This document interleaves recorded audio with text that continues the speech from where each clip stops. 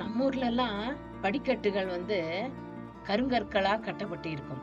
ஆனால் இங்க இதுல ஃபுல்லா பளிங்கு கற்களால் கட்டப்பட்டு இருக்குது.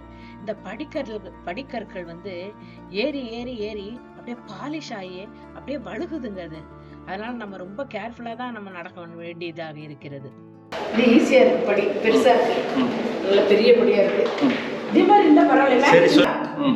ஏமா மேல சின்னதோ அப்ப கொஞ்சம் அகலமா இருக்கு, ஏதோ கொஞ்சம் அகலம் வச்சிருக்கேன். பார்த்து புண்ணியம் வாங்க. மேல இதே மாதிரி இருக்க கூடாது, கொஞ்சம் அகலமா வழுக்குது, பார்த்து வா. ஓகே. இந்த பயணம் எங்களுக்கு மறக்க முடியாததாக இருந்தது. உங்களுக்கும் அப்படித்தான் இருக்கும் என்று நம்புகிறோம்.